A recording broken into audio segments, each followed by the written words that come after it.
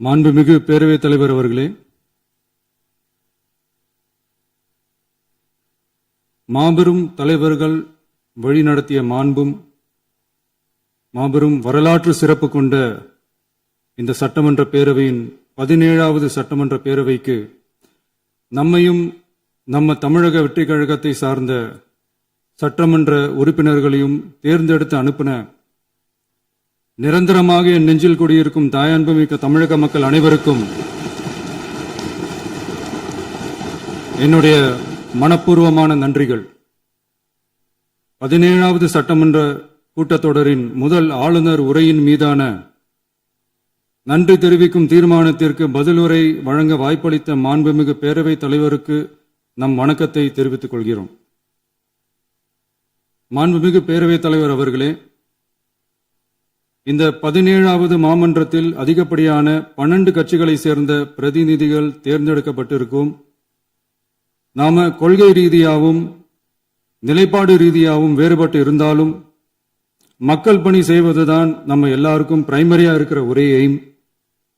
அந்த வகையில தான் நம்ம எல்லாருமே நம்ம மக்களால் அங்கீகரிக்கப்பட்டு சட்டமன்றத்திற்கு வந்திருக்கிறோம். அதனால நாம கருத்தால் வேறுபட்டாலும் மக்கள் சேவை என்ற நோக்கத்தில் நம்ம மாநிலம் சார்ந்த விஷயங்கள்ல நாம எல்லாரும் ஒன்றிணைந்து பயணிச்சா நம்ம தமிழ்நாடு என்னைக்கும் எதிலையும் முதன்மை மாநிலமாக திகழும். ஆளுநர் உரைக்கு நன்றி தெரிவிக்கும் தீர்மானத்தில் பேசின மாண்புமிகு உறுப்பினர்களுக்கு நன்றி. எதிர்த்து பேசினாதான் எதிர்கட்சின்னு ப்ரூவ் பண்ண முடியும்னு நினைச்சுக்கிட்டு பேசின எதிர்கட்சியை சேர்ந்த எதிர்கட்சி தலைவர் உள்ளிட்ட மாண்புமிகு உறுப்பினர்களுக்கும் வணக்கமும் நன்றியும். பதிலுரை வழங்குற அதே நேரத்தில் நம்மளை சட்டமன்ற உறுப்பினராக தேர்ந்தெடுத்த பெரம்பூர் தொகுதி மக்களுக்கு நம்மளோட நெஞ்சார்ந்த நன்றிகள். அதே மாதிரி ராஜினாமா பண்ணிட்டாலும் நம்மளை தேர்ந்தெடுத்த திருச்சி கிழக்கு மக்களுக்கும் இந்த மன்றத்தில் நம்மளோட நன்றியை பதிவு செய்கிறோம். அப்புறம் நம்மளோட அரசியல் பயணத்தை பத்தியும் கொஞ்சம் பதிவு செய்ய விரும்புகிறோம். நாம ஏதோ ஷூட்டிங்ல இருந்து நேரா வந்து சிஎம் ஆன மாதிரியே சில பேர் ஒரு இமேஜ் கிரியேட் பண்றாங்க. அவங்களுக்கு அவங்க ஆசைப்படுற லாங்குவேஜ்லயே சொல்றோம், அது வெறும் ரீல் தான், ரியல் கிடையாது. ஒரு சாதாரண நடிகனாத்தான் நம்ம கெரியர் தொடங்குச்சு. அப்புறம் அப்படியே சின்சியரா உழைச்சு மேல வந்தோம். நம்ம கெரியர்ல நாம மேல வந்ததுக்கு இந்த விஜய் ஒருத்தன் மட்டுமே காரணம் இல்ல, அவனோட உழைப்பு மட்டுமே காரணம் இல்ல. இந்த விஜயோட உழைப்புக்கும் உயர்வுக்கும் பின்னாடி இருக்கிற ஒட்டுமொத்த தமிழ்நாட்டு மக்களோட அன்பும் அரவணைப்பும் தான் காரணம். ஒவ்வொரு வீட்டில் இருக்க ஒவ்வொருத்தரும் நம்மள அவங்க வீட்டில் ஒருத்தனா ஏத்துக்கிட்டது தான் நமக்கு கடவுளும் மக்களும் தந்த மிகப்பெரிய வரம். அதுக்காகவே கடவுளுக்கு சமமான நம்மளோட சொந்தங்களான தமிழக மக்கள் அனைவருக்கும் மீண்டும் மீண்டும் நன்றி. இப்படி நம்மள தாயன்போடு அள்ளி அரவணைச்ச தமிழ்நாட்டு மக்களுக்கு நாம எப்படியெல்லாம் துணையாக இருந்தோம், எப்படியெல்லாம் மக்களோட மக்களா இருந்தோம்னு சொல்றேன். 1990ஸ்லயே ரசிகர் மன்றமா இருந்தப்பவே மக்களுக்கு துணையா நிக்க ஆரம்பிச்சோம். அதுக்கப்புறம் நற்படி மன்றமாகவும் அதுக்கப்புறம் விஜய் மக்கள் இயக்கமாகவும் மாறி மக்களோட மக்களா நின்றுகிட்டு இருந்தோம். 2008 ஈழத் தமிழருக்கு ஆதரவா உண்ணாவிரதம் போராட்டம் செஞ்சோம். போர் முடிவுக்கு வரணும், நம்ம தொப்புள் கூடிய உறவுகளான ஈழத் தமிழர்களுக்கு பாதுகாப்பான நிம்மதியான ஒரு வாழ்வு கிடைக்கணும்னு அன்னைக்கே கோரிக்கை வச்சோம். 2009 ஆரம்பிச்ச விஜய் மக்கள் இயக்கம் வழியா நம்மளோட மக்கள் நல பணிகளை எக்ஸ்டெண்ட் அண்ட் எக்ஸ்பேண்ட் பண்ணிக்கிட்டே வந்தோம். கல்விக்கு துணையா இருந்தோம், சோசியல் சர்வீஸ் செஞ்சோம், வெள்ள நிவாரணத்துல துணையா இருந்தோம், கொரோனா காலத்துல மக்களுக்கு தோள் கொடுத்தோம், விலையில்லா விருந்தகம், குருதியகம், முட்டைப்பால் ரொட்டி திட்டம், விழியகம், பயிலகம், நூலகம், இப்படி பல வழியில மக்களுக்கு துணையா இருந்தோம். அப்புறம் நம்மளோட திரைப்படங்கள்ல நம்மளால முடிஞ்ச வரைக்கும் ஊழல் எதிர்ப்ப சொன்னோம், சமூக நீதியை சொன்னோம், கல்வியை பத்தி சொன்னோம், அரசியலை பத்தி சொன்னோம். அரசியலை பத்தி பேசுனதுனால நம்ம படங்கள் சந்திச்ச இதுவரைக்கும் சந்திக்கிற பிரச்சனையை பத்தி எல்லாருக்குமே தெரிஞ்சதுதான். இது மட்டும் இல்லாம 2011 நாகப்பட்டினத்துல மீனவர் பிரச்சனைகளுக்கு ஆதரவா ஒரு பெரிய பொதுக்கூட்டம் நடத்தினோம். மீனவர்கள் மீதான தாக்குதலை கண்டிச்சு பேசி அதுல நம்மளோட எதிர்ப்பை பதிவு செஞ்சோம். 2017 ஜல்லிக்கட்டு போராட்டத்தில் தமிழர் பண்பாட்டு உரிமைக்கான நம்மளோட ஆதரவை தெரிவிச்சோம். 2018 ஸ்டெர்லைட் போராட்டம் துப்பாக்கி சூட்ல பாதிக்கப்பட்ட நம்ம சொந்தங்களை நேர்ல சந்திச்சு ஆறுதல் சொன்னோம். 2021 உள்ளாட்சி தேர்தலில் விஜய் மக்கள் இயக்க வேட்பாளர்கள் போட்டியிட்டு ஜெயிச்சாங்க. கல்வி விருது விழா நடத்தி சிறந்த மதிப்பெண் பெற்ற மாணவ மாணவிகளுக்கு ஊக்கத்தொகையும் பரிசும் கொடுத்தோம். 2024 தமிழக வெற்றி கழகத்தை ஆரம்பிச்ச உடனேயே CAA-வை எதிர்த்து அறிக்கை விட்டோம். அரசியல் கட்சி ஆரம்பிச்சு விழுப்புரம் மாவட்டத்தில் விக்கிரவாண்டியில நம்மளோட முதல் மாநில மாநாட்டிய வெற்றி கொள்கை திருவிழாவை நடத்தினோம். தந்தை பெரியார், பெருந்தலைவர் காமராஜர், அண்ணல் அம்பேத்கர், வீரமங்கை வேலுநாச்சியார், மக்கள் சேவகர் அஞ்சலை அம்மாள்னு நம்மளோட 5 கொள்கை தலைவர்கள் அறிவிச்சோம். இந்தியாவிலே 2 பெண் ஆளுமைகளை கொள்கை தலைவர்கள் அறிவிச்ச ஒரே கட்சி நம்ம டிவிக்கு மட்டும்தான் என்ற பெருமையோடு அறிவிச்சோம். பெரியார் சொன்ன மாதிரியே அவர் சொன்னதுல நமக்கு ஏற்புடையதை மட்டும் எடுத்துக்கிட்டோம். அவரோட கடவுள் மறுப்பு கொள்கையில நமக்கு உடன்பாடு இல்லைன்னு ஓப்பனா அறிவிச்சோம். நமக்கு கடவுள் நம்பிக்கை உண்டுன்னு அறிவிச்சோம். யாரோட நம்பிக்கைக்கும் நாம் எதிரானவங்க இல்லைன்னு தெளிவா அறிவிச்சோம். பெண் கல்வி, பெண்கள் முன்னேற்றம், சமூக சீர்திருத்தம், சமூக நீதி, இப்படி பெரியாரோட கருத்துக்களை நிறையவே ஏத்துக்கிட்டோம்னு அறிவிச்சோம். அண்ணல் அம்பேத்கரோட சம வாய்ப்பு, சமநீதி, சமத்துவத்தை ஃபாலோ பண்ணுவோம்னு அறிவிச்சோம். பெருந்தலைவர் காமராஜரோட மதச்சார்பின்மையை ஏத்துக்கிட்டதோட அவரோட நேர்மையான நிர்வாகத்தையே ஒரு கொள்கையா ஏத்துக்கிட்டோம்னு அறிவிச்சோம். வீரமங்கை வேலு நாச்சியாரோட மண் மீட்பையும் சமூக நல்லிணக்கத்தையும் பின்பற்றுவோம்னு அறிவிச்சோம். மக்கள் சேவகர் அஞ்சலை அம்மாளோட விடுதலை வேட்கையையும் மக்களோட வாழ்வாதாரத்துக்காக உறுதியாக நிற்கிறதையும் பின்பற்றுவோம்னு சொன்னோம். எல்லாருக்கும் எல்லாமும் கிடைக்கணும், எம் மதமும் நம் மதம்னு சொல்லி மதச்சார்பற்ற சமூக நீதி தான் நம்ம கொள்கைன்னு அறிவிச்சோம். நம்ம கொள்கை எதிரி யாரு, அரசியல் எதிரி யாருன்னு ஓப்பனா அறிவிச்சோம். எல்லாத்துக்கும் மேல பிறப்புக்கும் எல்லா உயிர்க்கும்ன்றத நம்மளோட அடிப்படை அரசியல் கோட்பாட்டா அறிவிச்சுட்டு தான் அரசியலுக்கே வந்தோம். நம்ம மதுரை மாநாட்டில் நம்மளோட தேர்தல் அரசியல் மற்றும் ஆட்சி அதிகார அரசியல் வழிகாட்டியா அறிஞர் அண்ணாவையும் புரட்சி தலைவர் எம்ஜிஆரையும் ஏத்துக்கிட்டதா அறிவிச்சோம். அப்புறம் இன்னனையும் நாம இங்க பதிவு செஞ்சே ஆகணும். எல்லாரும் கட்சி ஆரம்பிச்சுட்டு தான் ஒவ்வொரு வீட்டுக்குள்ளேயும் போவாங்க. ஆனா நாம ஒவ்வொரு வீட்டுக்குள்ளேயும் போனதுக்கு அப்புறம் தான் கட்சியவே ஆரம்பிச்சிருக்கிறோம். ஒவ்வொரு வீட்டில் ஒவ்வொருத்தரும் நம்மள அவங்க பிள்ளையா, மகனா, அண்ணனா, தம்பியா ஏத்துக்கிட்டதும் இயல்பா நடந்துச்சு. தமிழ்நாட்டு மக்களோட மனசுக்குள்ள போறதுக்கு நாம பட்ட பாடு நமக்கு மட்டும்தான் தெரியும். இதெல்லாம் புரிஞ்சாலும் புரியாத மாதிரி இருக்கிறவங்க தான் நம்மள நடிகன் என்று சொல்லியும் நம்ம கட்சிய நடிகன் கட்சின்னு சொல்லியும் சில நக்கல், நையாண்டி இதெல்லாம் பேசுவாங்க. அதை பத்தி நமக்கு கவலை இல்லைன்னு. இப்படி நம்ம அரசியல் பயணம் ரொம்ப டிரான்ஸ்பரண்டா தான் ஆரம்பிச்சிருக்கு. இந்த 2026 தேர்தலில் கூட்டணியே இல்லாமல் தனியா நின்னோம். மக்கள் நம்மள தெளிவா புரிஞ்சுகிட்டதாலையும் நம்ம டிவிகே தோழர்களோட உழைப்பாலையும் நாம 35% வாக்குகளை வாங்கினோம்.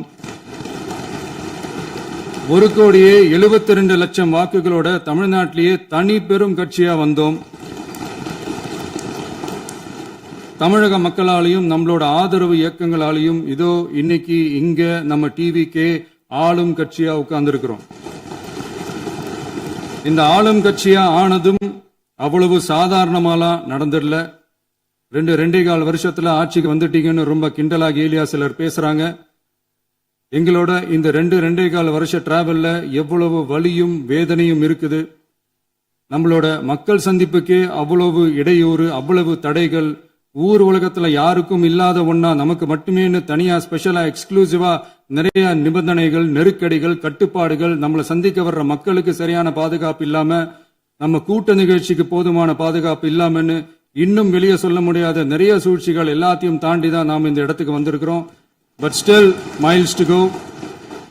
நம்ம டிராவல்ல எல்லாத்துக்கும் உச்சமா நம்மளோட சொந்தங்கள், நம்மளோட உறவுகள், 41 பேர் கரூர் சம்பவத்தில் இழந்த வேதனை எல்லாம் எப்படி சொல்றதுனே தெரியல.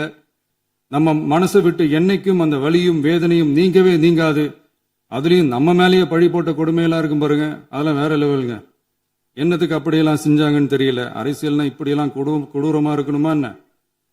சரி விடுங்க. இந்த விஜய் இவனோட மக்களுக்காக எதையும் தாங்க தயாராகிட்டான். இவ்வளவு பெயின்ஃபுல்லான நம்ம பொலிட்டிக்கல் டிராவல்ல நம்மளோட மிகப்பெரிய ஆறுதலும் பலமும் என்ன தெரியுமா? என் நெஞ்சில் குடியிருக்கும் என்னோட தமிழ்நாட்டு மக்களும் என் உயிருக்கு உயிரான என்னோட தோழர்களும் தான். அவங்களோட பலத்தால தான்.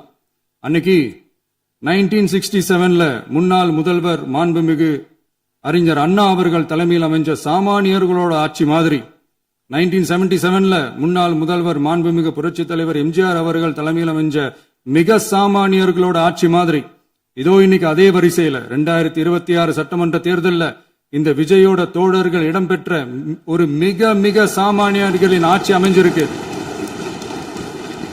வாகை சூடும் வரலாறு திரும்பி இருக்கிறது. இப்படி ஒரு தீர்ப்பை மக்கள் அளிச்சதுனாலதான் தமிழக வரலாற்றில் ஒரு மகத்தான கூட்டணி ஆட்சியை நாம் அமைச்சிருக்கிறோம். இளைஞர்களால என்ன செய்ய முடியும், பெண்களால என்ன செய்ய முடியும்னு கேட்டவங்களுக்கான பதில் தான் இன்னைக்கு அமைஞ்சிருக்கிற நம்ம ஆட்சி. ஒரே ஒரு குடும்பம் மட்டும் முக்கியம்னு சொல்றது நம்மளோட ஆட்சி அதிகார அரசியல் இல்ல. தமிழ்நாட்டில் இருக்கிற ஒவ்வொரு குடும்பமும் முக்கியம்னு சொல்றது தான் நம்ம அரசியல். நம்மளோட ஆட்சி அதிகாரம் அதான் நம்மளோட மனசாட்சி உள்ள மக்களாட்சி. இந்த 2026 தேர்தலில் யாராலும் உடைக்கவே முடியாதுன்னு சொன்ன மதத்தை உடைச்சோம், சாதியை உடைச்சோம், முக்கியமா காசு கொடுத்து ஓட்டு வாங்குற ஒரு நச்சு கலாச்சாரத்தையே சுக்கு நூறா தூள் தூளா உடைச்சிருந்தோம். நாம கிளீன் கவர்னன்ஸ் அண்ட் குட் கவர்னன்ஸ்ல உறுதியா இருக்கிறோம். இப்ப மட்டும் இல்ல, எப்பவுமே இப்படிதான் இருப்போம். இதுல 100% இது உண்மைன்றதுனாலதான் பாரம்பரியமான தினத்தந்தி பத்திரிகை ஊழலின் ஊற்றுக்கண் அடைக்கப்படுகிறதுன்னு 16/6/2026 அன்னைக்கு ஒரு தலையங்கமே எழுதியிருக்கு. ஒரு தவறு செய்தால் அது தெரிந்து செய்தால் அவன் தேவன் என்றாலும் விடமாட்டேன் என்று எம்ஜிஆர் அன்று பாடினார். அதை இன்று விஜய் செயலில் காட்டுகிறார்னு அந்த எடிட்டோரியல்ல எழுதியிருக்கு. இந்த நேரத்தில் தினத்தந்திக்கு நம்மளோட நன்றியை தெரிவிச்சுக்கிறோம். அரசியலுக்கு வந்து 2 வருஷம் தான் ஆகுது. உங்களுக்கு என்ன தெரியும், உங்களால என்ன முடியும்னு கேலியா கேட்டவங்களுக்கு தினத்தந்தியோட பதிலை இப்போதைக்கு போதும்னு நினைக்கிறேன். என்னென்னமோ செய்வான்னு சொல்றானே இந்த விஜய், பல வருஷமா இருக்கிற ஒரு பதவி வெறி பிடிச்ச அரசியலை உடைச்சி எப்படி செய்வான்னு நம்ம மக்களை யோசிச்சிருவாங்க. இதோ இப்போ நம்ம மக்களுக்கு புரிஞ்சிருக்கும். இப்பவும் சொல்றோம், இது வெறும் ஆரம்பம் தாங்க. இந்த மாபெரும் சபையிலிருந்து கேட்கிற மக்களே, நமக்கு கொஞ்சம் அவகாசம் கொடுங்க. இதுக்கு முன்னாடி, அதாவது 2017 கடைசியில இருந்து 2026 ஏப்ரல் வரைக்கும் இருந்த புண்ணியவான்கள் ஆட்சியில ஒவ்வொரு டிபார்ட்மெண்ட்லயும் போட்ட ஏராளமான ஓட்டைகளை அடைச்சிக்கிட்டே படிப்படியா மக்களுக்கு நல்லதையும் செஞ்சுக்கிட்டே வருவோம். அதனாலதான் நமக்கு எதிரா யார் யாரோ சேரவே மாட்டாங்கன்னு நினைச்சவங்க எல்லாம் ஒன்னா சேர்றாங்க. நம்ம ஆட்சிக்கு டேட்டு குறிக்கிறாங்க.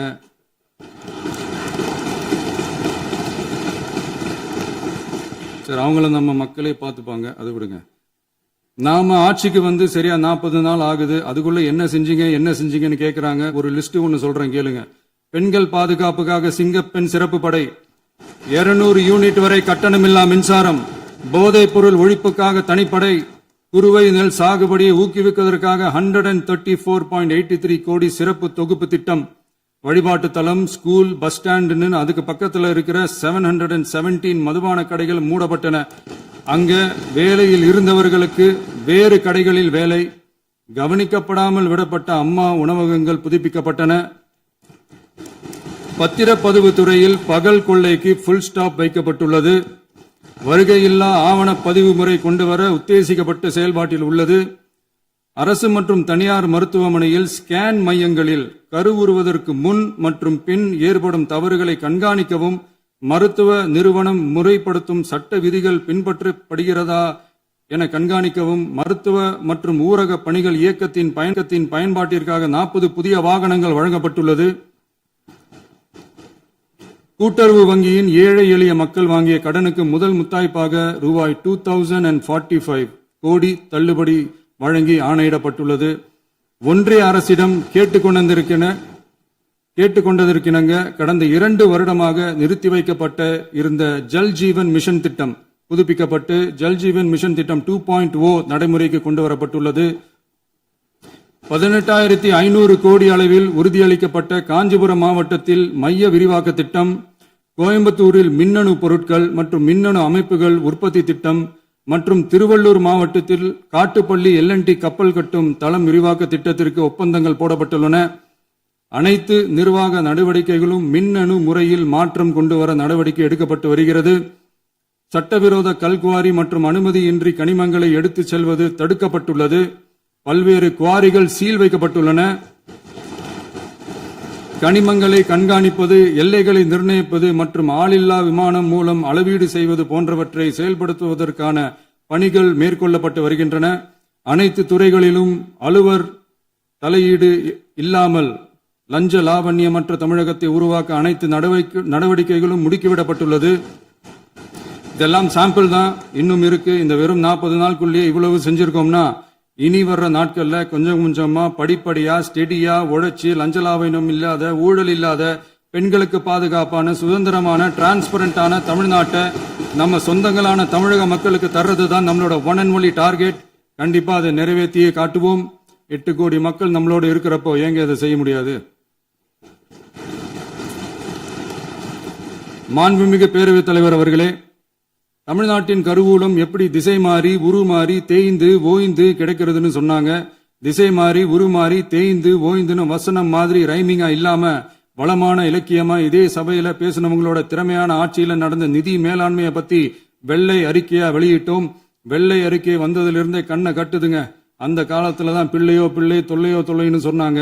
அதே மாதிரி தாங்க அவங்க ஆட்சியாலையும் அவங்களாலையும் இன்னைக்கு தமிழ்நாட்டுக்கே தொல்லையோ தொல்லை. இப்படி ஒரு நிலைமையை உண்டாக்கி வச்சுட்டு இவங்க சொல்றாங்க நமக்கு ஆட்சி செய்ய தெரியாதுன்னு. நம்ம அமைச்சர்களுக்கும் நம்ம சட்டமன்ற உறுப்பினர்களுக்கும் ஒன்னும் தெரியாதுன்னு. ஆமாங்க, எங்களுக்கு தெரியாதுதான். எங்க சட்டமன்ற உறுப்பினர்களுக்கும் அமைச்சர்களுக்கும் மக்கள் பணி செய்ய தெரிஞ்ச அளவுக்கு மக்கள் பணத்தை சுருட்ட தெரியாதுதான்.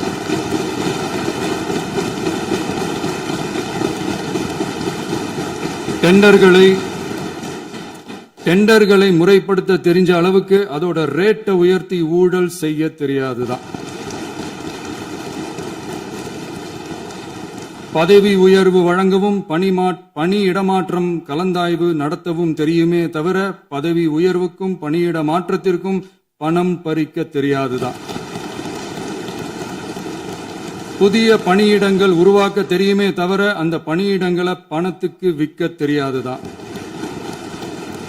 கோயில்கள்ல நடக்கிற நிர்வாக சீர்கேட்டை தடுக்க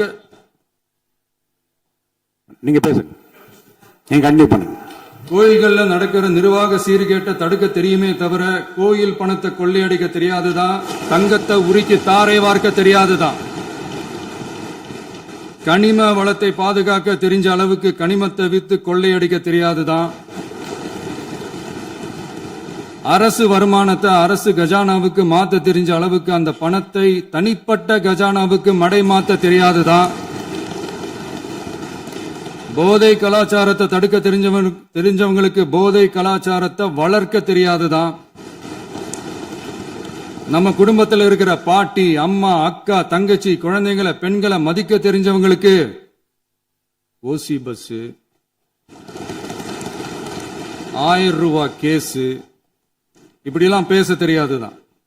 எங்க உறுப்பினர்களுக்கும் அமைச்சர்களுக்கும் மக்கள் சேவை தெரிந்த அளவிற்கு சுயநல தேவையை செஞ்சிக்க தெரியாதுதான். அதனாலதான் சொல்றோம், எங்களை பார்த்து எதுவும் தெரியாதுன்னு சொல்றவங்களுக்கு சொல்றோம், இதெல்லாம் எங்களுக்கு தெரியாதுதான். உங்களை மாதிரி முறைகேடுகளை செய்யறத நாங்க தெரிஞ்சுக்கவும் போறதில்ல, தெரிஞ்சுக்கவும் ஆசைப்படல. அத கடைசி வரைக்கும் எங்களுக்கு தெரியாமலே இருந்துட்டு போகட்டும். அதனால நாங்களும் எங்க மக்களும் வெரி வெரி ஹாப்பி தான். மாண்புமிகு பேரவைத் தலைவர் அவர்களே, எதிர்ப்பவர்கள் எதிர்க்கட்சி என்பதற்காக எங்கள் ஆட்சி மீது 1000 பழி போடலாம். ஆனாலும் தமிழக மக்களுக்கு உண்மையை உணர்த்த வேண்டியது நம்மளோட கடமை.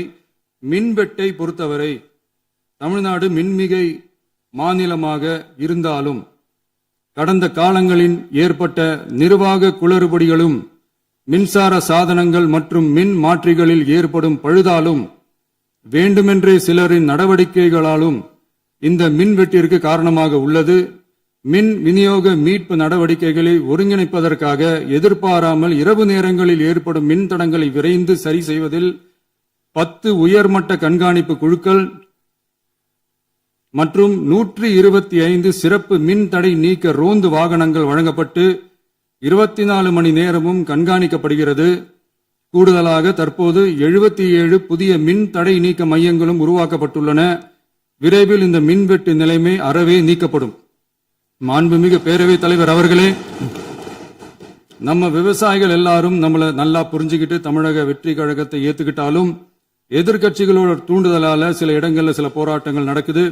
எதிர்க்கட்சிகள் என்னதான் சித்து வேலை செஞ்சாலும் விவசாய பெருமக்கள் எல்லாரும் நம்ம ஆட்சி அவங்களுக்கான ஆட்சி தான் நல்லா புரிஞ்சுதான் வச்சிருக்கிறாங்க.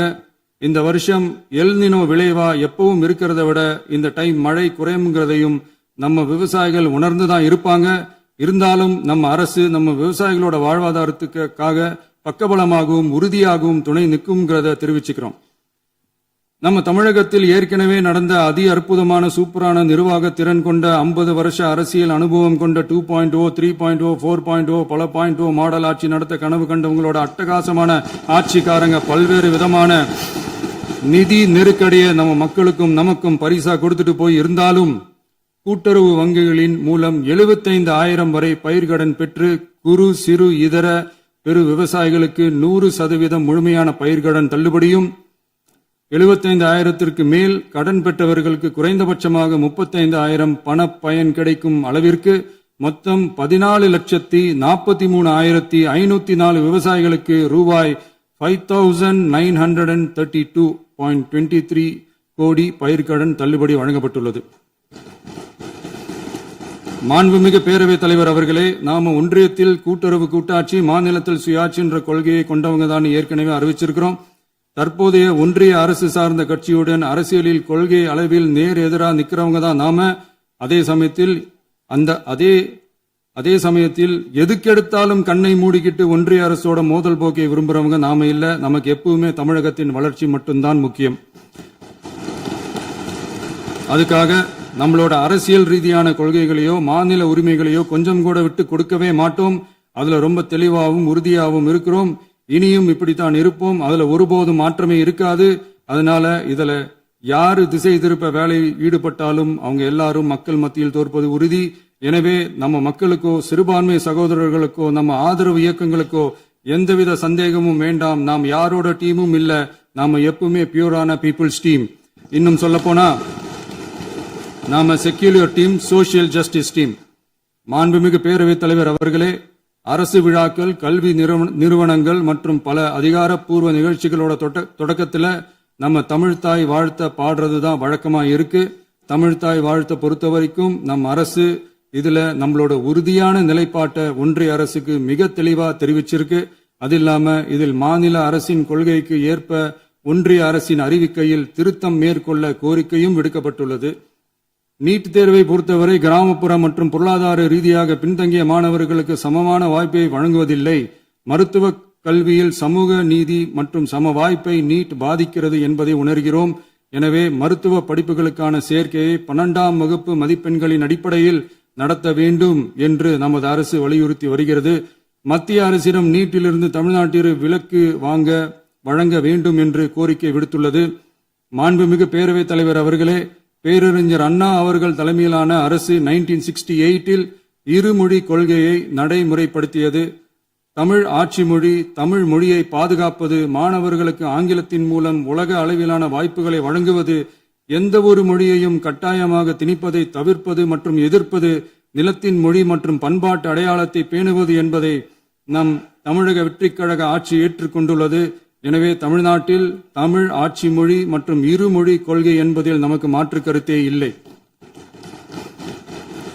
மாண்புமிகு பேரவைத் தலைவர் அவர்களே, கடந்த 11/6/2026 அன்று நடந்த நிதி ஆயோக் கூட்டத்தில் தமிழ்நாடு அரசின் சார்பாக கலந்து கொண்டு வறுமையற்ற தமிழ்நாடு இயக்கம் உருவாக்க தேவையான நிதியையும், தமிழ்நாட்டுக்கு 2 எய்ம்ஸ் மருத்துவமனைகளை தருமாறும், மருத்துவம் மற்றும் பல் மருத்துவ படிப்பிற்கு 12ஆம் வகுப்பு மதிப்பெண் அடிப்படையில் இடங்களை நிரப்புதல் குறித்தும், செயற்கை நுண்ணறிவு தொடக்க நிறுவன வளர்ப்பு மையங்கள் தமிழ்நாட்டில் அமைக்கவும், இளைஞர் திறன் மற்றும் வேலைவாய்ப்பு இயக்கம் செயல்படுத்த வேண்டியும், பெண்கள் தலைமையிலான வளர்ச்சி குறித்தும், மீனவ சமுதாயங்களின் வாழ்வாதாரம் மற்றும் மீன்பிடி படகுகள் மற்றும் மீனவர்களை விடுவித்தல் குறித்து நிரந்தர நடவடிக்கை எடுக்க வேண்டியும், காலநிலை தாங்கும் தன்மை பெருந்திட்டம் 2045 கீழ் விண்வெளி உற்பத்தி மையத்தை தேசிய விண்வெளி உற்பத்தி மையமாக அறிவிக்க கோரியும், தமிழ்நாட்டில் சாலை போக்குவரத்து, நெடுஞ்சாலை மற்றும் ரயில்வே அமைச்சகத்தின் மேம்பாட்டு குறித்தும், அனைத்து கிராமங்களையும் டிஜிட்டல் இணைப்பு வசதி ஏற்படுத்துதல் குறித்தும், கூட்டு குடிநீர் திட்டம் தொடரவும்,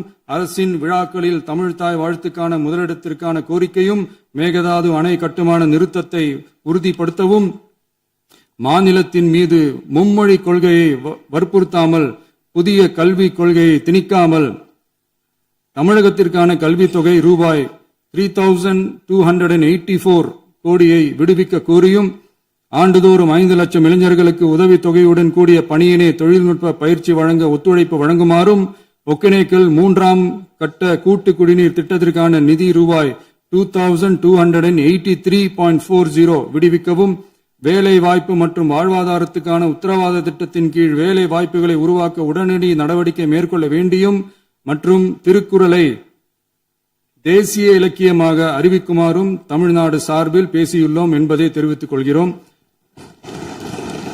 மாண்புமிகு பேரவைத் தலைவர் அவர்களே, அண்டை மாநிலங்களுடனான நட்புறவு ஒரு மாநிலத்தின் வளர்ச்சிக்கும் நாட்டின் ஒற்றுமைக்கும் மிகவும் அவசியமானது. தமிழ்நாடு தனது அண்டை மாநிலங்களுடன் நதி நீர் பங்கீடு, பொருளாதாரம், கல்வி, கலாச்சாரம் மற்றும் போக்குவரத்து துறைகளில் நல்லுறவை பேணி வருகிறது.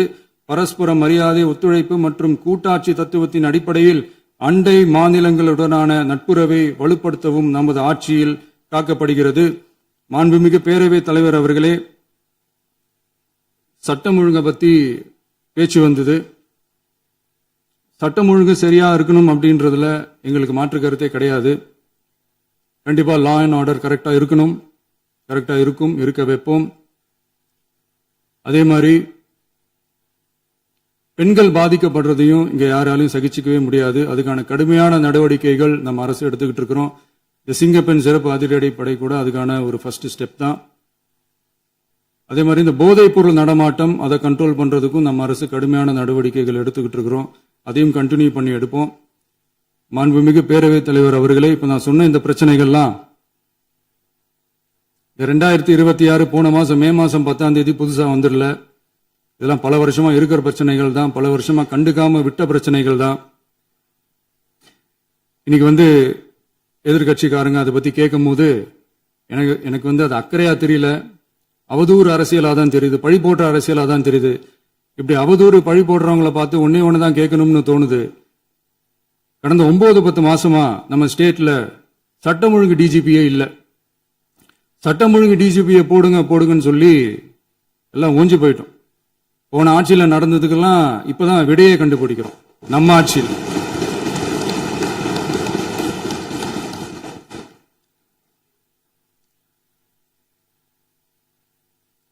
இந்த போதைப் பொருள் நடமாட்டம் எல்லாம் தாறுமாறா அப்படியே பரவி கொட்டி கிடக்குது. இதெல்லாம் இனிஷியல் ஸ்டேஜ்லயே யார் கண்ட்ரோல் பண்ணிருக்கணும்? போலீஸ் டிபார்ட்மெண்ட் அப்ப யார் கையில இருந்தது? இத்தனை கேள்வி நம்மளை பார்த்து கேட்கறாங்களே, ஒரே ஒரு கேள்விதான் நான் கேட்கணும்னு தோணுது. போலீஸ் டிபார்ட்மெண்ட்டை கையில வச்சுக்கிட்டே பிகினிங்லயே இனிஷியல் ஸ்டேஜ்லயே இந்த போதைப் பொருள் நடமாட்டத்தை ஏன் கண்ட்ரோல் பண்ணல? மனசாட்சி உள்ளவங்க இந்த பிரச்சனையெல்லாம் ஏன் நடக்குதுன்றது அவங்களுக்கே நல்லா தெரியும். இன்னைக்கு சட்டம் ஒழுங்கை பத்தி கேள்வி கேட்க கூடாதா அப்படின்னா தாராளமா கேட்கலாம். இது ஜனநாயக அரசு, மன்னராட்சி எல்லாம் கிடையாது, மனசாட்சி உள்ள மக்களாட்சி. அதனால கேள்வி கேட்கலாம், எல்லாருக்கும் எல்லா உரிமையும் உண்டு. விமர்சனம் செய்யலாம், எல்லாருக்கும் எல்லா உரிமையும் உண்டு. ஆனா நம்ம ஆட்சியில என்ன நடவடிக்கைகள் எடுத்திருக்கோன்றது தெரிஞ்சுக்கிட்டு அதுக்கேற்ற மாதிரி ஒரு நடுநிலையா பேசுனீங்கன்னா கொஞ்சம் நல்லா இருக்கும். சட்டம் ஒழுங்கை பத்தி யாருக்கு என்ன யோசனை இருந்தாலும், மக்கள் நலனுக்காக யாருக்கு என்ன யோசனை இருந்தாலும் அதை தாராளமாக சொல்லலாம். நம்ம அரசு அது காது கொடுத்து கேட்கும். ஆனா நம்ம அரசினுடைய நிர்வாகத்திறன் அதை பத்தி பேசுறவங்களுக்கு இந்த ஊரடிச்சு உலையில போட்டு ஊழல் மேல ஊழலா செஞ்சுக்கிட்டு அதுல இருந்து தப்பிக்கிறதுக்கு பேர் தான் நிர்வாகத்திறன் அப்படின்னு சொன்னா, அப்படிப்பட்ட ஒரு ஊழல் செய்யற நிர்வாகத்திறனை நம்ம அரசு ஒரு நாளும் செய்யாது. பொட்டி பெட்டியா பணத்தை வச்சுக்கிட்டு, பெட்டியை வச்சு எல்லாம் செஞ்சுக்கிட்டு, போதைப் பொருள் பாதுகாவல் கழக மாடல் அரசாங்கம் செஞ்ச ஒவ்வொரு ஊழலா வெளியில வந்துகிட்டு இருக்கு. டாஸ்மாக்ல அது என்னப்பா அது பேரு, பார்ட்டி ஃபண்ட், கட்சி நிதி அப்படின்ற பேர்ல அடிச்ச கொள்ளையெல்லாம் ஒண்ணு ஒன்னா இப்போ கவர்மெண்டோட கஜானாவுக்குள்ள கொண்டு சேர்த்துக்கிட்டே இருக்கிறோம். உட்காருங்க. மாண்புமிகு முதல்வர்கள் பதில் உரைக்கு பிறகு முதல்வர் பதில் உரைக்கு பிறகு நேரம் தரேன். அப்ப பேசட்டும், அவங்க பேசட்டும், அவங்கள பேச அனுமதி. உட்காருங்க, உட்காருங்க.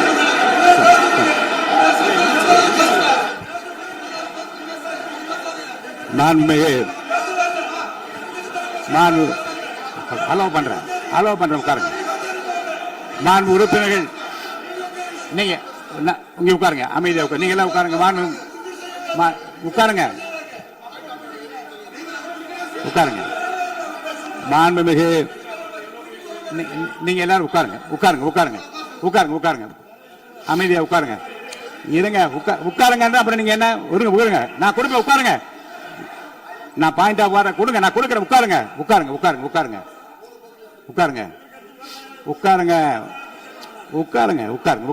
உட்காருங்க. மாண்புமிகு முதல்வர் அவர்கள் கோர்வையாக நிதானமாக சொல்லிக்கொண்டே இருக்கிறார். நீங்க குறிப்பெடுத்து வைத்துக் கொள்ளுங்கள். பேசி முடித்தவுடன் நான் உங்களுக்கு அவகாசம் தருகிறேன். நீங்க ஒண்ணு சொல்லுங்க, என்ன என்பது நீங்க சொல்லுங்க. உங்க சொல்லுகிற வாய்ப்பை நான் உங்களுக்கு தருகிறேன். இப்போது மாண்புமிகு முதலமைச்சர் உங்கள் உரையை தொடரலாம்.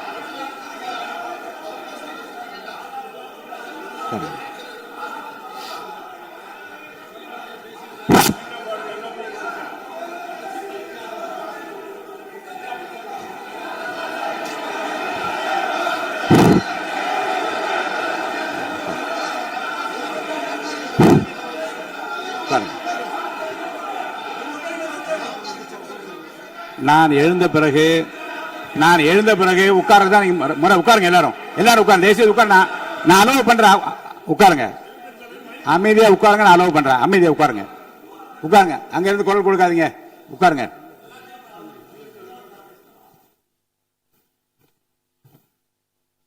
இனிமையான இந்த விவாதத்தில் இதுவரை குறுக்கீடுகள் இல்லாமல்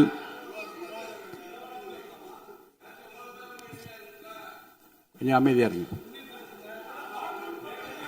மாண்புமிகு முதல்வர் அவர்கள் பேசி முடித்தவுடன் பாயிண்ட் ஆஃப் ஆர்டர் கேட்டிருக்கேன், நான் அனுமதிக்கிறேன். எதிர்க்கட்சி தலைவருக்கு மட்டும் நான் அனுமதி தருகிறேன். அவர் எழுந்து பேசலாம். மாண்பு முதலமைச்சர் நீங்க கண்டினியூ பண்ணி முடிக்கலாம். நீ எல்லாரும் எழுந்துச்சீங்கன்னா சரி வராது. உட்காருங்க. நான் சொல்லியிருக்கேன். உட்காருங்க.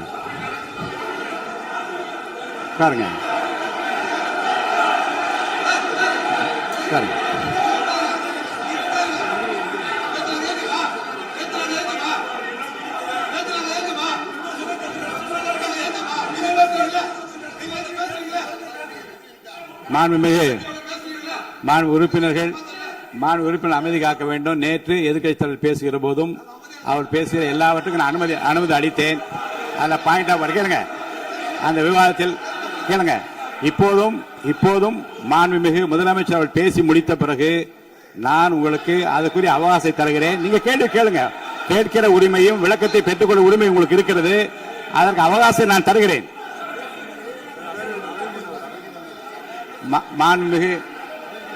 மாண்புமிகு உறுப்பினர் அமருங்க. நான் என் தீர்ப்பை சொல்லுகிறேன். மாண்புமிகு முதலமைச்சர் அவர்கள் பேசி முடித்தவுடன் எதிர்க்கட்சி தலைவருக்கு அந்த வாய்ப்பை நான் தருகிறேன். நிச்சயமா அந்த கேள்வி கேட்கலாம். உட்காருங்க எல்லாரும். பேரவை முன்னவர் பேசுங்க. மாண்பு பேரவைத் தலைவர் அவர்களே, இன்று இவர்கள் முயற்சி செய்வது அவர் ஆளுங்கட்சியாக இருக்கின்ற போது இருங்க, நான் சொல்லிடுறேன் பிளீஸ். ஒரே நிமிஷம் நான் சொல்லிடுறேன் பிளீஸ். ஆளும் கட்சியாக இருக்கின்ற போது நீங்கள் சொன்ன ஒரே வார்த்தை, நாங்கள் பேசி முடித்ததற்கு பிறகு குறிப்பிடுத்துவிட்டு நீங்கள் எந்த கேள்வி வேண்டுமானாலும் கேட்கலாம் என்று ஒரு முறையை நீங்கள் பின்பற்றினீர்கள். அதே முறையை இப்போது பின்பற்ற வேண்டும் என்று கேட்டுக்கொள்கிறேன். பள்ளிக்கல்வித்துறை அமைச்சர். மாண்புமிகு பேரவைத் தலைவர் அவர்களே, நேற்றைய தினம் கூட எதிர்க்கட்சி தலைவர் சொன்னதை முழுமையாக கேட்டு இறுதியில் ஒரு வாய்ப்பு தந்தீங்க. அதுவும் இல்லாம இந்த நேரத்தில் நேரலையில் நீங்களும் பாக்குறீங்க.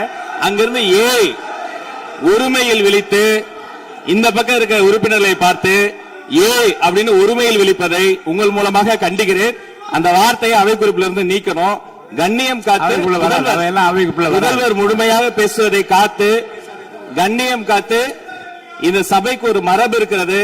அதை மூத்த உறுப்பினர்கள் பின்பற்றும்படி உங்கள் மூலமாக கேட்டுக்கொள்கிறேன். மாண்புமிகு முதலமைச்சர் அவர்கள் உரையை தொடரலாம். நான் தரேன். நான் உறுதியாக மாண்புமிகு முதலமைச்சர் அவர்கள் பேசி முடித்தவுடன் எதிர்க்கட்சி தலைவருக்கு அந்த வாய்ப்பு தரப்படும் என்பதை உறுதியாக சொல்லிவிட்டேன். இடையிலே குறுக்கீடு செய்யாமல் அந்த பேச்சு முழுமையாக பேசி முடிக்க நீங்கள் அனுமதி வழங்க வேண்டும் என்று கேட்டுக்கொள்கிறேன். அமைதியா உட்காருங்க. அவங்க பேசி முடிக்கட்டும், நீங்க கேளுங்க. நான் என்ன சொல்றேன், கேட்கிற உரிமையும் விளக்கத்தை கேட்டு பெற உரிமையும் உங்களுக்கு இருக்கிறது.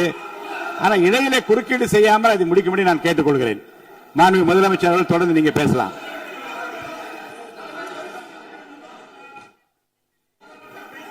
எதிர்க்கட்சி தலைவர்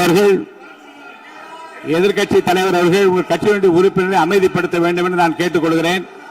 உங்களுக்கு வாய்ப்பு தரவில்லை என்றால் அவர் எழுந்து நிற்பதில் நியாயம் இருக்கிறது. வாய்ப்பு தரப்போகிறேன். மாண்பு முதலமைச்சர் அவர்கள் பேசி முடித்தவுடன் உங்களுக்கு வாய்ப்பு தரப்படும். அது வரைக்கும் உங்களுடைய உறுப்பினரை அமைதி காக்க நீங்கள் தான் பார்த்துக் கொள்ள வேண்டும். மாண்பு அவை முன்னவர். மாண்புமிகு பேரவைத் தலைவர் அவர்களே, அவர் அப்போது சொன்னது வேறு, இப்போது நடந்து கொள்கிற முறைகள் வேறாக இருக்கிறது. அன்றைக்கு அவர் சொல்லுகிற போது அமைச்சர் அத்தனை பேரும் பேசி முடித்ததற்கு பிறகு உங்களுடைய கருத்துக்கள் யாராவது தெரிவிக்கலாம். இப்போது பின்பற்றினால் நன்றாக இருக்கும். நீங்கள் அதற்காகத்தான் சொன்னீர்கள். முதலமைச்சர் பேசியதற்கு பிறகு எதிர்க்கட்சி தலைவர் அவர்கள் பேசுவதற்கு வாய்ப்பளிக்கிறோம் என்று சொல்லியிருக்கிறார்கள். ஆகவே அந்த வாய்ப்பை நீங்கள்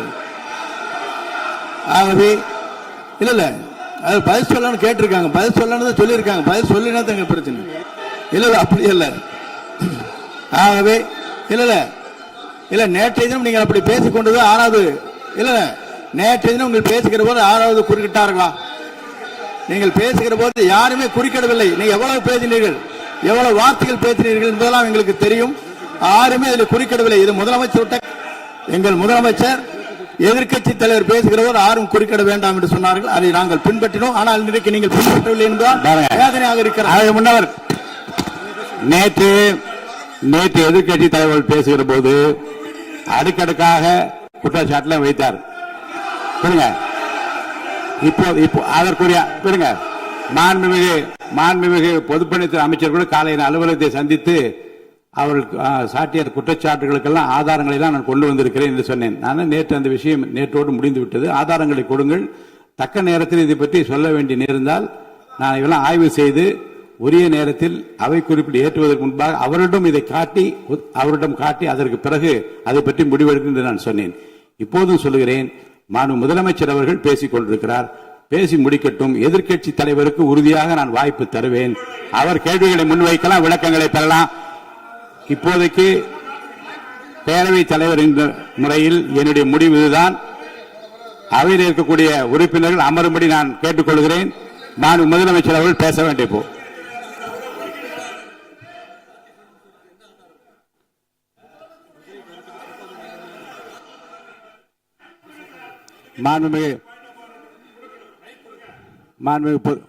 இருங்க.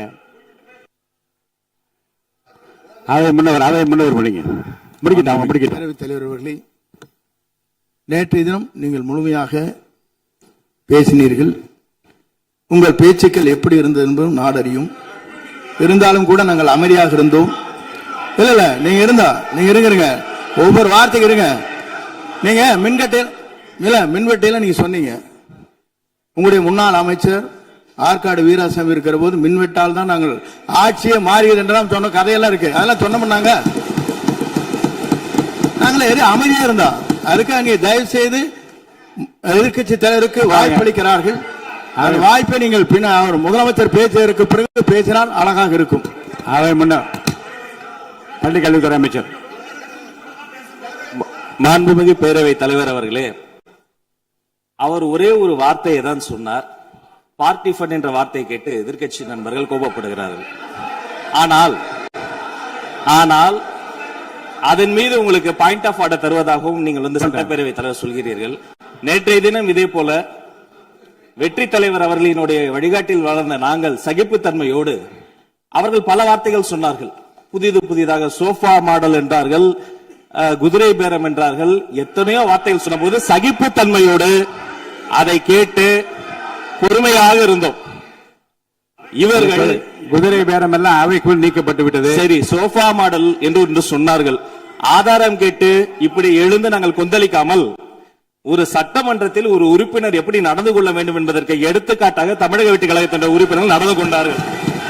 இப்போது மதிப்பிற்குரிய எதிர்க்கட்சி தலைவர் அவர்களே, உங்கள் ஊடாக நான் கேட்பது என்னவென்றால், அவர்களினுடைய கட்சி உறுப்பினர்களை அவர் அமைதிப்படுத்தி முதல்வர் அவர்கள் உரையை முழுமையாக கேட்டு சகிப்புத்தன்மைக்கு சட்டமன்றத்தில் இந்த பக்கம் மட்டுமல்ல அந்த பக்கமும் எடுத்துக்காட்டாக இருப்பதற்கு அவர் வழிவகை செய்ய வேண்டும் என்று உங்கள் மூலமாக கேட்டுக்கொள்கிறேன். பொதுப்பணித்துறை அமைச்சர்.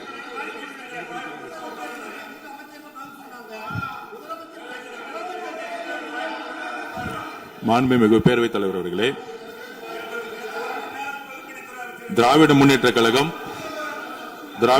கழகம் முதல் நாளில் இந்த சபையுடைய மரபையும் பாரம்பரியத்தை பற்றியும் நமக்கு வகுப்படுத்தார்கள். அந்த மரபுப்படி எங்களுடைய தலைவருடைய வழியில் இந்த சட்டசபையுடைய நிகழ்வுகளில் நாங்கள் கலந்து கொண்டிருக்கிறோம். நேற்று எதிர்க்கட்சி தலைவர் பேசும் பொழுது எவ்வளவோ வார்த்தைகள் உண்மைக்கு புறம்பாக சட்டத்திற்கு எதிராக ஒரே நிமிஷம் பேசுறேன். சட்டத்திற்காக பேசும் பொழுது நாங்கள் அமைதியாக இருந்தோம். ஒரு 2-3 முறை தான் அவரு பேசும்போது மினிஸ்டர்கள் இருந்துச்சு நின்னாங்க. ஆனா இன்னைக்கு மாண்புமிகு முதலமைச்சருடைய முதல் உரை கடந்த 4 நாட்களாக திராவிட முன்னேற்ற கழகம் முதலமைச்சர் ஏன் பேசலன்னு சொல்லிட்டே இருந்தாங்க. இன்னைக்கு பேச ஆரம்பிச்ச உடனே அவர் சொன்ன வார்த்தை பார்ட்டி ஃபண்ட் சொன்னார். எந்த பார்ட்டின்னு சொல்ல. ஆனா அந்த வார்த்தைகள் சொல்லி முடிஞ்ச உடனே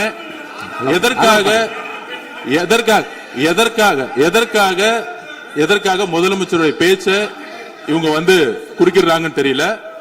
நீங்கள் சொன்னதுபடி முதலமைச்சர் பேச வேண்டும். பேசிய பின்பு கருத்துகளுக்கு பதிலளிக்க அவர்கள் பதிலளிக்கும், நாங்களும் பதிலளிக்க தயாராக இருக்கிறத பதிவு பண்றோம். மாண்பு முதலமைச்சர் அவர்கள்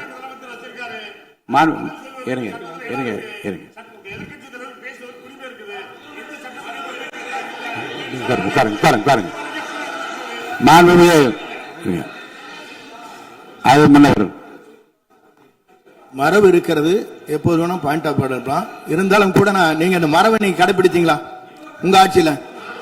நீங்க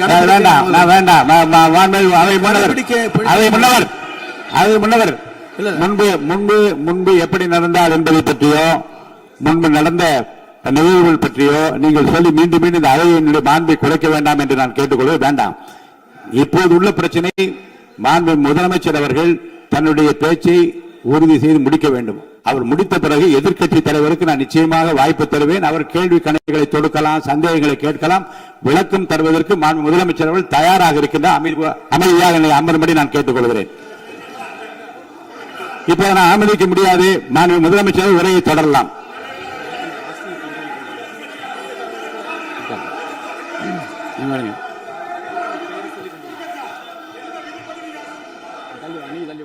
மாண்புமிகு உறுப்பினர் ஆஸ்டின் உங்க இடத்துல போய் உட்காருங்க. மாண்புமிகு உறுப்பினர் ஆஸ்டின், நீங்க ஒரு மூத்த உறுப்பினர், சபை விதிகளை நன்கு தெரிந்த ஒரு உறுப்பினர், நீங்க போய் இடத்துல உட்காருங்க. முதல்ல மாண்புமிகு முதலமைச்சர் அவர்கள் உரையை தொடரலாம். இப்போது எந்த விதமான பாயிண்ட் ஆஃப் ஆர்டர்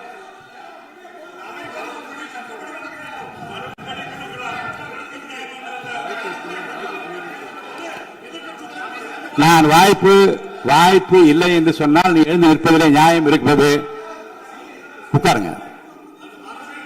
வாய்ப்பு உறுதியாக எதிர்க்கட்சி தலைவருக்கு பாயிண்ட் ஆஃப் ஆர்டர் மட்டுமல்ல, உட்கார்ந்து அவர் பேசிய பேச்சுக்களை என்னென்ன இருங்க, என்ன என்ன என்ன என்ன என்ன உங்களுக்கு சந்தேகம் இருக்கிறதோ, வினாக்கள் இருக்கிறதோ அதை நீங்க கேட்கலாம். அவர் பதில் சொல்வதற்கு தயாராக இருக்கிறார். பேசி முடிக்கின்ற வரை அமைதி காக்கும்படி உங்களை நான் கேட்டுக்கொள்கிறேன். மாண்புமிகு எதிர்க்கட்சி தலைவர் முழு ஒத்துழைப்பை நீங்கள் தர வேண்டும் என்று நான் எதிர்பார்க்கிறேன்.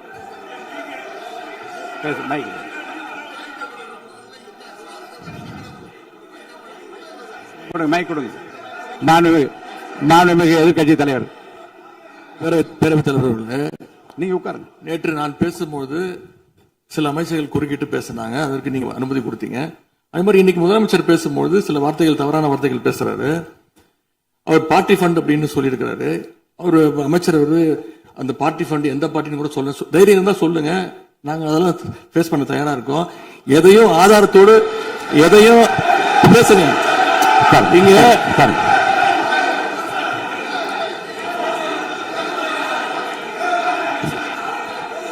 அது மாதிரி பேரவைத் தலைவர் அவர்களே, நேற்று நான் பேசி முடிஞ்சோடனே நீங்க அவை முடிஞ்சிருச்சுன்னு சொல்லிட்டீங்க. நாங்கெல்லாம் வீட்டுக்கு போயிட்டோம். வீட்டுக்கு போய் டிவி போட்டு பார்த்தா அங்க இன்னொரு அமைச்சர் இன்னும் பதில் சொல்லிட்டே இருந்திருக்கிறாரு. அதற்கெல்லாம் நாங்க இப்ப என்ன பதில் இது, என்ன மரபு இது? நீங்க இப்ப பேசிக்கிட்டே இருப்பீங்களா? நாங்க பாத்துக்கிட்டே இருக்கணுமா? அதே மாதிரி இன்னைக்கு முதலமைச்சர் அவர்கள் பேசும்போது நாங்களும் அமைதியா கேட்டுட்டு தான் இருந்தோம். ஆனா சில கருத்துக்கள் அவர் பேசும்போது அதை நாங்க அனுமதிக்க முடியாது. ஆதாரத்தோடு ஏதாவது பேசணும்னா, குற்றச்சாட்டுகள் சொல்லும் போது ஆதாரத்தோடு சொன்னீங்கன்னா அதை நாங்க ப்ரூவ் பண்றதுக்கு தயாராக இருக்கு. மாண்புமிகு உறுப்பினர் அவர்கள் இருங்க. நேற்று மாண்புமிகு எதிர்க்கட்சி தலைவர்கள் பேசியதும் மாண்புமிகு பொதுப்பணித் தலைவர்கள் பேசியதும் ஆதாரம் இல்லாமல் பேசக்கூடாது என்று நான் சொன்னேன். ஆய்வு செய்து நீக்கப்பட வேண்டியது நீக்கும் என்று சொன்னேன். இப்போது மாண்புமிகு முதல்வர் அவர்கள் பேசி முடிக்கட்டும். நீங்கள் கூறிய கருத்துப்படி அதில் ஆதாரங்கள் இல்லாத குறிப்பாக இருந்தால் அதை நீக்குவதற்குரிய உரிமை எனக்கு இருக்கிறது. ஆய்வு செய்து நான் நடவடிக்கை எடுப்பேன். இப்போது மாண்புமிகு முதலமைச்சர் அவர்கள் பேசலாம். இந்த டாஸ்மாக் மாதிரியே பல டிபார்ட்மெண்ட்லயும் மறுபடியும் சொல்றேன், கட்சி நிதின்ற பேர்ல அடிச்ச கொள்ளைய ஒன்னா கவர்மெண்டோட கஜானாக்குள்ளேயே கொண்டு சேர்த்துக்கிட்டே இருக்கிறாங்க. இப்பவும் சொல்றேன், மக்கள் பணத்துல இருந்து ஒரு பைசா கூட தொடமாட்டோம், தொடவும் விடமாட்டோம், தொட்டா விடமாட்டோம். இதுக்கு முன்னாடி தொட்டவங்களையும் விடமாட்டோம்.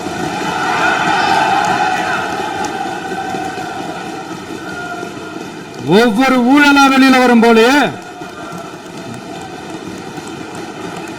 ஒவ்வொரு வேஷமா கலைஞ்சிரும் போலவே இங்க இருக்கிற நிறைய பேரு நடுங்கி போய் இதுல நம்ம மேல அவதூறு வேற. இப்ப புதுசா ஒரு வெப்பன் ஒண்ணு கொண்டு வந்திருக்காங்க. அது என்ன தெரியுமா? அவங்க தயவால தான் நம்ம ஆட்சி நடக்குதான். மக்கள் தயவால இந்த ஆட்சி நடந்துகிட்டு இருக்கு. மனசாட்சி உள்ள சக்திகளோட ஆதரவால இந்த ஆட்சி நடந்துகிட்டு இருக்கு. நாங்க தான் அனுப்பி வச்சோம் அப்படின்றாங்களே. அனுப்பி வச்சவங்களுக்கு மினிஸ்ட்ரியில இடம் கொடுத்தா ஏன் கதறீங்க? ஏன் இவ்வளவு கோவம்? ஏன் இவ்வளவு கதறல்? இதுல இன்னொரு முக்கியமான விஷயம், மார்க்சிஸ்ட் கம்யூனிஸ்ட் கட்சி நமக்கு ஆதரவு கொடுத்தது சுயேட்சையா எடுத்த முடிவுன்னு சொல்றாங்க. அதே மாதிரி இந்திய கம்யூனிஸ்ட் கட்சி நமக்கு ஆதரவு கொடுத்தது சுயேட்சையா எடுத்த முடிவுன்னு சொல்றாங்க. இதுல எங்க இருந்து நாங்க தான் அனுப்பி வச்சோம்னா புரியலையே. மக்களுக்கு நல்லா புரியும், எல்லாத்தையும் தெளிவா பார்த்துக்கிட்டு இருக்கிறாங்க.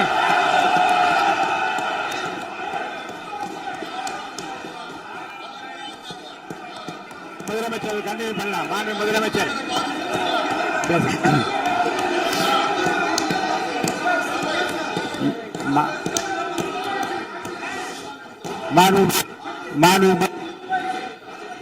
முதலமைச்சர் கண்டினியூ பண்ணலாம். நீ கண்டினியூ பண்ணலாம்.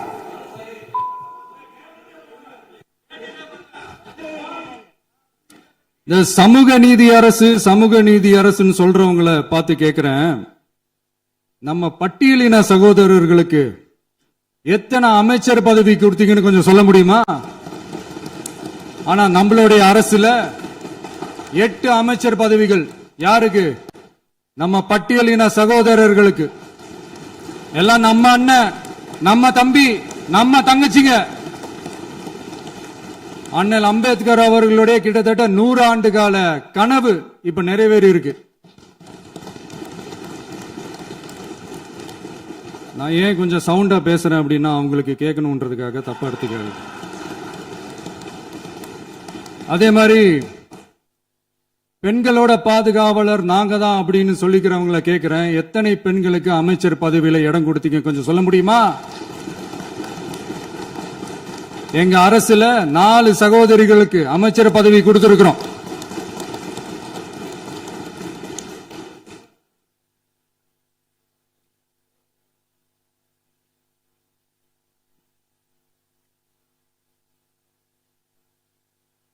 அதனால மக்களால் நிராகரிக்கப்பட்டு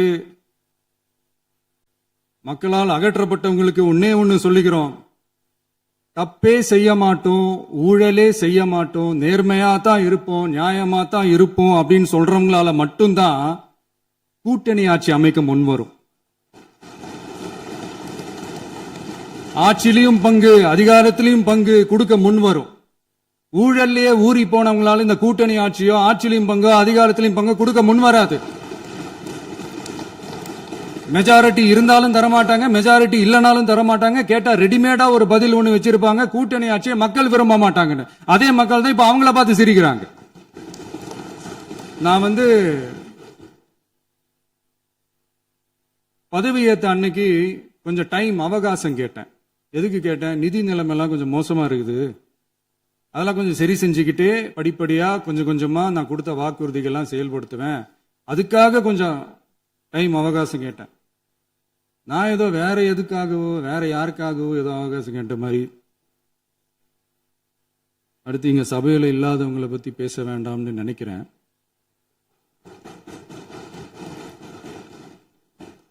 இங்க நம்மளை பத்தி அவதூறு பரப்புறதோட மட்டும் இல்லாம இப்ப நம்ம மக்கள் மேலேயும் அவதூறு பரப்ப ஆரம்பிச்சிட்டாங்க. மக்கள் நமக்கு ஓட்டு போட்டது தப்பான், குடும்பம் குடும்பமா நமக்கு ஆதரிச்சது தப்பான். இது இப்ப இல்ல, நான் சொல்றது எம்ஜிஆர் அவர்கள் காலத்திலிருந்தே. அப்பவே அவர் ஜெயிச்சப்போ அதே மக்களை தப்பு தப்பா பேசுறது. மக்கள் என்ன பண்ணிட்டாங்க, எம்ஜிஆர் என்ன பண்ணிட்டாரு, எம்ஜிஆர் என்ன இது பண்ணிட்டாரு. 50 வருஷமா ஒரே டெக்னிக்கா.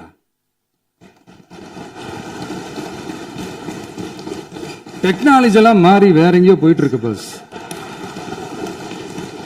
இதுல கொஞ்சம் டெக்னிக்காச்சும் கொஞ்சம் மாத்தினா கொஞ்சம் நல்லா இருக்கும். அதனால மக்களுக்கு யூஸ்ஃபுல்லா இருக்கிற மாதிரி இந்த ஆக்கப்பூர்வமான கருத்துக்களோ ஆக்கப்பூர்வமான யோசனைகளோ இருந்தா சொல்லுங்க, அதை நாங்க டெஃபரெண்டா எடுத்துக்கிறோம். ஆனா அதை விட்டுட்டு இந்த நக்கலு நையாண்டி சம்பந்தம் இல்லாத பேச்சு இதெல்லாம் பேசிட்டு அப்புறம் முதல்வர் பதில் சொல்லல, முதல்வருக்கு பதில் சொல்ல தெரியல அப்படின்னா அப்புறம் என்ன சோஃபா மாடல் ஆட்சியா?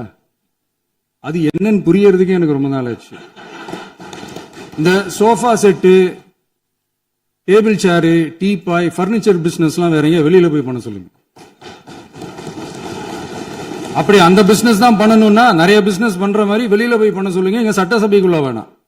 அதனால ஆக்கப்பூர்வமான கருத்துக்கள் இருந்தா சொல்லுங்க, டெஃபினட்டா அது சரியா இருந்தா நாங்க ஏத்துக்கிறோம். எனக்கு ஒரு குட்டி கதை ஒண்ணு ஞாபகம் வருது, சொல்லாமா?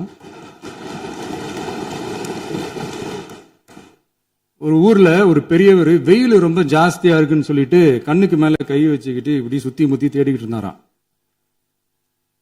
அப்ப கூட இருந்த ஒரு சின்ன பையன் என்ன தேடுறீங்க அப்படின்னு கேட்டானா. அதுக்கு அந்த பெரியவர் சொன்னாரா, அது ஒண்ணு இல்ல தம்பி,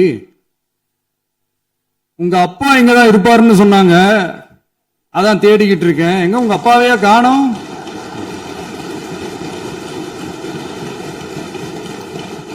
இல்ல அந்த எங்களுக்கும் நக்கலா நையாண்டியா சம்பந்தம் இல்லாத குட்டி கதை இதெல்லாம் எங்களுக்கும் பேச தெரியும். அந்த கதையில பெரியவர் அப்படி சொன்னாராம், தப்பா எடுத்துக்காதீங்க. அந்த கதையில பெரியவர் அப்படி கேட்டாராம். அதனால யாரும் இங்க டென்ஷன் ஆக வேணாம். அதனால இன்னொரு இந்த என்னுடைய உரையை முடிக்கிறதுக்கு முன்னாடி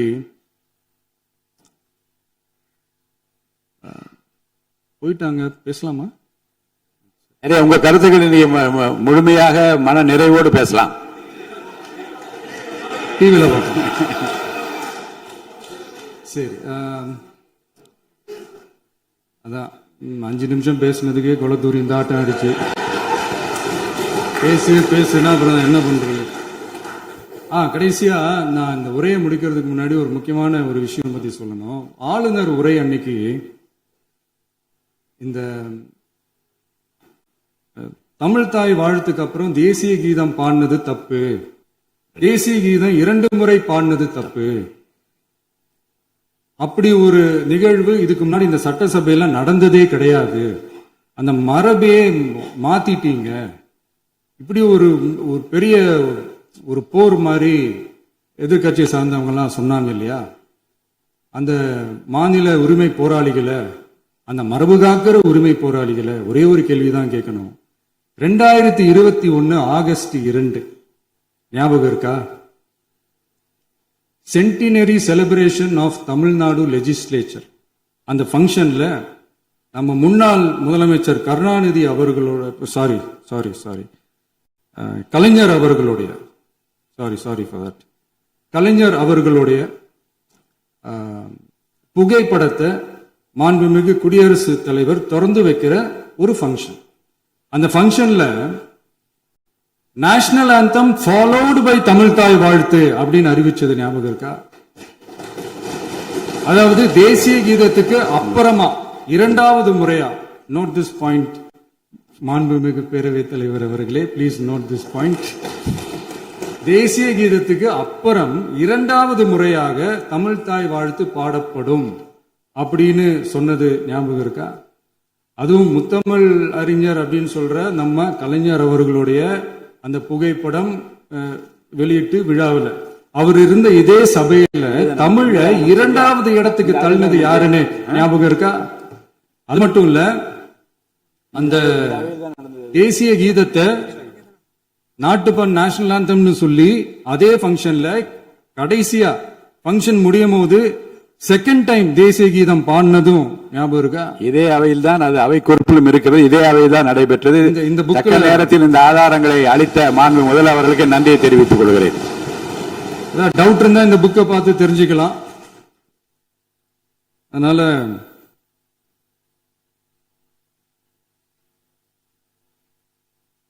இதெல்லாம் கேட்டா என்ன சொல்லுவாங்கன்னா, அது ஜனாதிபதி கலந்துகிட்ட ஃபங்க்ஷன், அதெல்லாம் அப்படிதான், அதெல்லாம் கண்டுக்க கூடாது அப்படின்னு சொல்லுவாங்க. இதே மாதிரிதான் பேசுறது ஒண்ணு, செய்யறது ஒண்ணு, செய்யறது ஒண்ணு, பேசுறது ஒண்ணு. இதெல்லாம் மக்கள் பார்த்துக்கிட்டு இருக்காங்க. எலெக்ஷனுக்கு முன்னாடி தான் அப்படி செஞ்சுக்கிட்டு இருந்தாங்க. இப்ப எலெக்ஷனுக்கு அப்புறம் அதே தான் செய்யறாங்க. இந்த விஜயையும் சாமானியர்களின் உண்மையான சமூக நீதி அரசையும் அவமானப்படுத்துறதுக்கு தான் அவங்களோட அந்த பொலிட்டிக்கல் சீனியாரிட்டி அது பயன்படுத்துது போல. சரி, செய்யட்டும் செய்யட்டும், நல்லா செய்யட்டும். இப்போ ஆனாலும் நம்மளுடைய மாநில உரிமை, மொழி உரிமை, உத்தமபுத்திரர் போல வேஷம் போடுற எதிர்கட்சிக்கு ஒன்றை மட்டும் ஆணித்தரமாக சொல்றோம். உங்களை மாதிரி தமிழ்னு சொல்லிக்கிட்டு, மொழி, பண்பாடு, கலாச்சாரம்னு சொல்லிக்கிட்டு ரெட்டை வேஷம் போடுறவங்க நாங்க கிடையாது. உலகெங்கும் வாழும் என் தமிழ் சொந்தங்களுக்கு நம்முடைய உத்தரவாதம் தமிழ் தான் எங்க உயிர் நாடி அப்படின்றத மறக்க மாட்டோம். இப்பவும் சொல்றோம், மாநில உரிமையில எப்பவும் உறுதியா இருப்போம். அதே சமயத்துல அரசியல் வேற, ஒன்றிய மாநில அரசுகளுக்கு இடையே இருக்கிற நிர்வாக அணுகுமுறை வேற. இதுல நாங்க ரொம்ப தெளிவா இருக்கிறோம். அதனால எங்களுக்கு பாடம் எடுக்கிறதா நினைச்சுக்கிட்டு உங்க வேஷத்தை நீங்களே கொஞ்சம் கொஞ்சமா கலைச்சுக்கிட்டே வர்றீங்க, மறந்துடாதீங்க. அப்புறம் நேத்து எதிர்கட்சி தலைவர், மாண்புமிகு எதிர்கட்சி தலைவர் பேசும்போது நிறைய பேசினாங்க. அதுல ஒண்ணு மட்டும் அரசு சொல்றதா நினைச்சுக்கிட்டு நம்மளை இன்டைரக்டா ஈவில் அப்படின்ற அந்த வார்த்தையை யூஸ் பண்ணாங்க. எனக்கு ஒன்னே ஒண்ணுதான் சொல்லணும்னு தோணுது, ஈவில்ஸ்னு டெவில்ஸ் பேசக்கூடாது.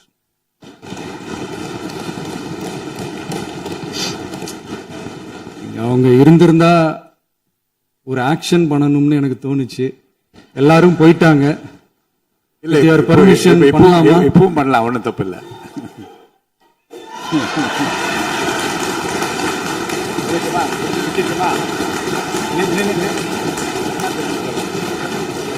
யார் சொல்றாங்க? எழுந்து சொல்லணும், உட்காந்து சொல்லட்டுமா?